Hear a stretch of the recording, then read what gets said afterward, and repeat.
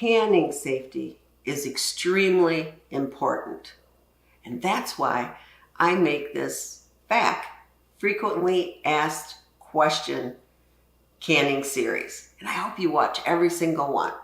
Today we're going to discuss the 5-minute rule and the 12 to 24 hour. Are both of these necessary to follow every time? Are they mere recommendations rather than rules? Well, let's research it a little further. Let's look at this ball recipe for classic strawberry jam. It says to process the jars 10 minutes, adjusting for altitude, turn off heat, remove lid, let jars stand 5 minutes, remove jars, and cool 12 to 24 hours, and check lids for seals. So this recipe specifies both that 5-minute rule and that 12 to 24 hour rule. Well, only one is a rule. The other one is a recommendation.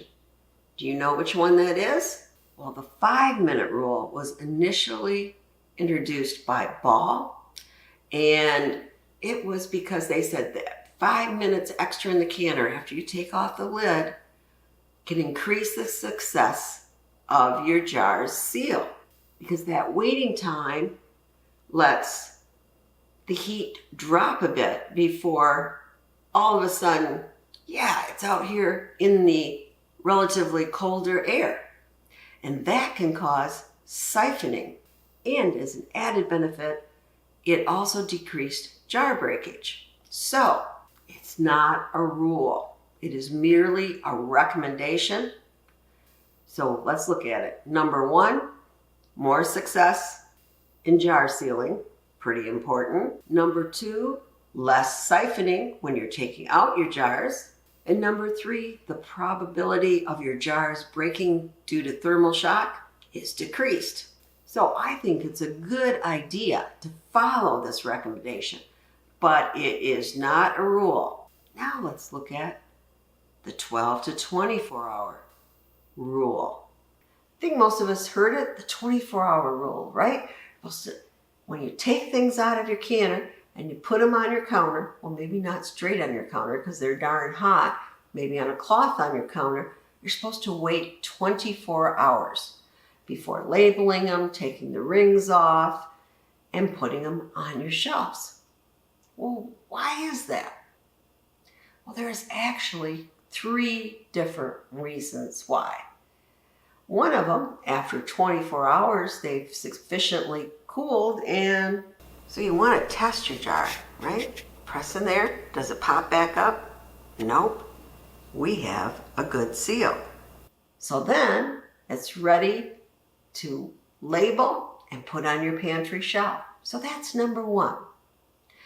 Number 2 is in that period of time, let's say when you did this, the lid came off. Well, you still, if it's under 24 hours, you have time to recan it and save the food that you've worked so hard to jar. So that's important also. But on Healthy Canning site, I found something that was really interesting, and there's another reason to wait for those 24 hours. There was a study done. They found that, a jar could have a cold spot in it, but the cold spot during heating became the hot spot during cooling.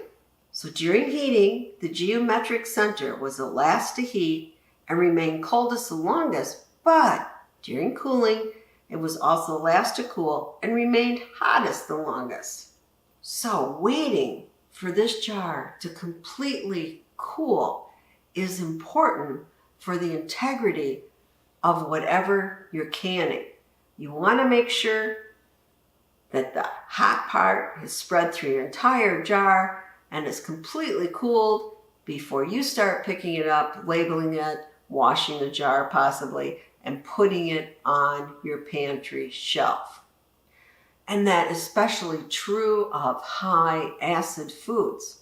I think they were using, was it cranberries and tomato juice? So we all can a lot of tomatoes this time of the year. So it's important to abide by that 24-hour rule.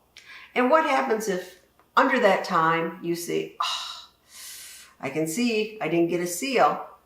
Well, you can stick it in your refrigerator until you can can it the next day, or put it in a new jar, a new lid, and recan. But the 24-hour rule is based on science. And I hope you all out there are practicing safe canning. Be so careful of some of the sites out there that are not using approved canning methods. You know, it's not worth risking the life of your family or yourself just because, hey, a TikToker, a YouTuber, somebody said it's okay. We're going to believe those people over a nutritionist, a scientist who actually has the testing equipment to prove what we need to do to safely can. Now, if you're interested in more of these frequently asked canning questions, check out this playlist, and happy canning.